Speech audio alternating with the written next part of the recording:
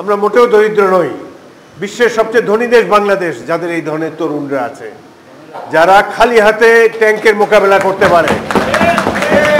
আমরা সেই সাহস অর্জন করেছি। তারা এই সাহস কোথায় পেয়েছে? তারা আপনাদেরকে দেখে এই সাহস পেয়েছে। ৭১-এর মুক্তিযোদ্ধাদেরকে দেখে তারা এই সাহস অর্জন করেছে। তাদের ঐচিত্র্য রয়েছে। তারা হানাদার বাহিনীর বিরুদ্ধে বীর বিক্রমে যুদ্ধ করেছে। এই বাংলাদেশ এত তাড়াতাড়ি আমরা দেখব, আমরা অনেকেই কল্পনা করিনি। অনেক মিটিং, এখানেই অনেক মিটিং করেছি। কেবলমাত্র আমাদের বক্তব্যে আক্ষেপ ধ্বনিত হয়েছে, কবে এই শেখ হাসিনা যাবে, এক দফা এক দাবি, কবে যাবি, এইসব স্লোগানের মধ্যে দিয়ে দীর্ঘদিন ১৫-১৬ বছর তিনি কাটিয়ে দিয়েছেন। কিন্তু আল্লাহ যে একজন আছে, সৃষ্টিকর্তা যে আছে, তিনি ছাড় দেন কিন্তু একদম ছেড়ে দেন না। এটাই প্রমাণিত হয়েছে ৫ই আগস্ট তারিখে। বাংলাদেশের ১৯৭১ সালে আমরা যারা বাংলাদেশকে দেখেছি, সেটি ছিল অত্যন্ত দুর্বার, উন্মূল বাংলাদেশ, সাহসী মানুষের, তরুণদের পদভারে প্রকম্পিত বাংলাদেশ। এবং যে মহান মুক্তিযুদ্ধের পর আমরা স্বাধীনতা পেলাম, তারপর থেকে ধীরে ধীরে সামাজিক অবক্ষয় শুরু। আমরা ভেবেছিলাম যে যেই স্বপ্ন ধারণ করে আমরা যুদ্ধ করেছিলাম, সাম্য, মানবিক মর্যাদা, সামাজিক ন্যায় বিচার, এগুলো বোধহয় আওয়ামী লীগের দুঃশাসনের কারণে বাংলাদেশের রাজনৈতিক মানচিত্র থেকে ক্রমান্বয়ে হারিয়ে যাবে। ধীরে ধীরে আমরা হতাশ হয়ে যাচ্ছিলাম। আমরা রাজপথে খুঁজে বেরিয়েছি কোথায় সেই সাহসী তরুণ যে একটি রাইফেল হাতে নিয়ে মাত্র ১ মাসের ট্রেনিং সম্বল করে মাইনফিল্ড পেরিয়ে শত্রুর গোলাগুলি অতিক্রম করে হাতাহাতি যুদ্ধ করেছে শত্রুদের বাংকারে। কোথায় সেই সাহসী যুবকেরা? আমরা ভেবেছিলাম যে এদের বোধহয় আর দেখা পাওয়া যাবে না।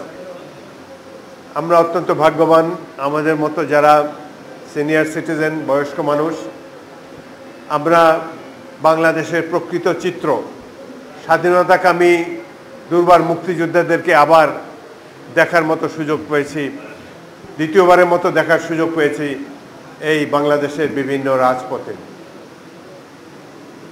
স্বাধীনতার পর থেকেই আমাদের আক্ষেপ ছিল যে ইতিহাস বিকৃত করা হয়েছে, প্রকৃতপক্ষে বিকৃত করা হয়েছে।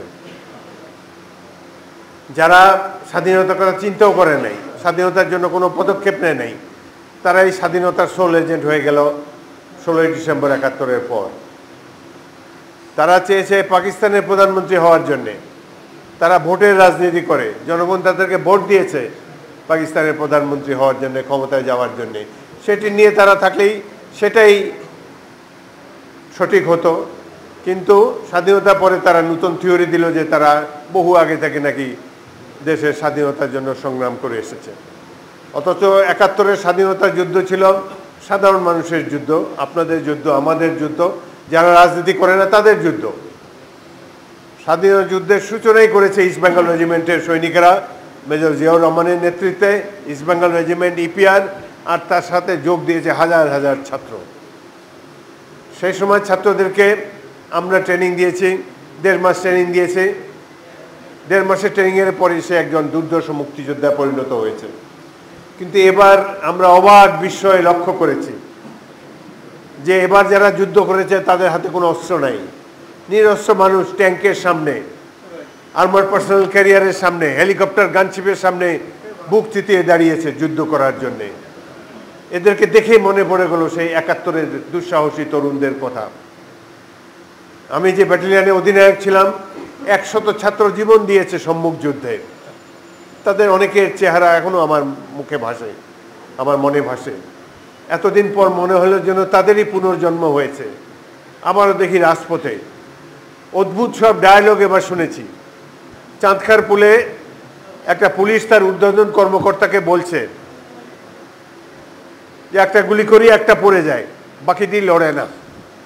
অদ্ভুত সাহসী।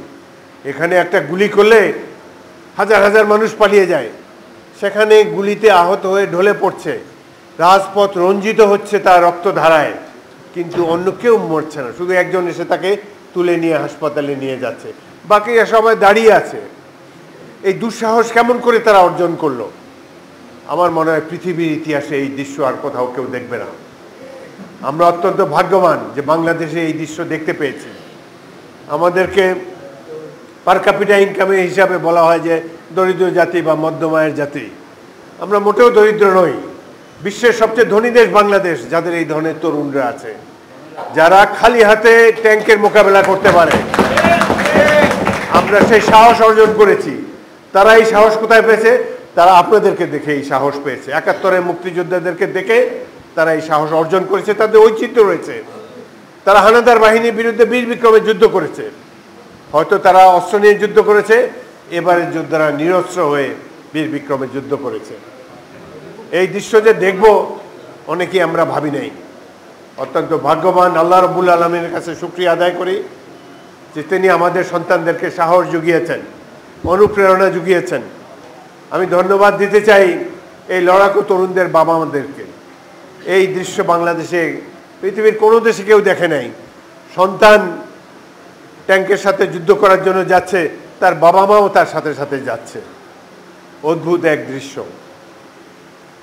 অনেকে মনে দুঃখ আছে, বিশেষ করে আমার সামনে যারা বসে আছেন, ৭১-এ যারা এই দেশটিকে স্বাধীন করেছেন, মুক্তিযোদ্ধাদের প্রকৃত মর্যাদা দেওয়া হয় নাই। এটা নিয়ে আমাদের সকলেরই দুঃখবোধ আছে।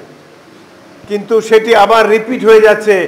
এই যে আরেকটা যে মুক্তিযুদ্ধ বা গণতন্ত্রের জন্য যুদ্ধ, জুলাই আগস্টের বিপ্লব, এই বিপ্লবে যারা শহীদ হয়েছেন, ৫০০-র অধিক ছাত্র যুবক, তারা চোখ হারিয়েছেন। তারা কিন্তু চিকিৎসাটিও পাচ্ছেন না। তাদের দুঃখবোধ আমার চেয়েও বেশি। এইভাবে জীবন উৎসর্গ করার পর শহীদ পরিবারের জন্য কি করেছে এই সরকার, কি করেছে আমরা? কিছুই করা হয়নি। আমি আজকের এই সভাতে আপনাদের পক্ষ থেকে দাবি জানাতে চাই, এই জুলাই আগস্ট বিপ্লবে গণ অভ্যুত্থানে যারা শহীদ হয়েছে প্রত্যেকটি পরিবারকে মুক্তিযোদ্ধা বীর ভাতা দেওয়া উচিত। যারা আহত, চক্ষু হারিয়েছেন, অঙ্গ হারিয়েছেন, সব কাজ বাদ দিয়ে এই সরকার আগে তাদেরকে সুস্থ করে তুলুক। তারা যদি অনাদার এবং বঞ্চনায়, অবহেলায় যদি তারা মৃত্যুবরণ করে, এর চাইতে দুঃখের আর কিছু হয় না। সারা পৃথিবী ধিক্কার দিবে আমাদেরকে। বর্তমান সরকার সম্পর্কে কি বলবো? প্রফেসর ইউনূস বাংলাদেশের কৃতি সন্তান। তিনি ব্র্যান্ড নেম বাংলাদেশের, আমাদের সকলেরই শ্রদ্ধেয়। কিন্তু তার কোনো রাজনৈতিক অভিজ্ঞতা ছিল না। তিনি নিজেও রাজনীতি বিমুখ। তার একটা বিষয় অত্যন্ত বিনয়ের সাথে বলতে চাই, তার আরও কেয়ারফুল হওয়া উচিত ছিল। এই উপদেষ্টা পরিষদের অর্ধেকেরও বেশি তারা এই বিপ্লবী চেতনা ধারণ করেন না। তারা সামাজিক পরিচিতির কারণে বা ইউনূস সাহেবের সাথে নৈকট্যের কারণে রাষ্ট্র পরিচালনার দায়িত্ব পেয়েছেন। কিন্তু এদের অনেকেই শেখ হাসিনার সহায়তার তালিকায় ছিলেন। তারা আগের সরকারগুলোকে সাহায্য করেছেন, 111 সময়ও করেছেন। এই কালকেও টেলিভিশনে দেখলাম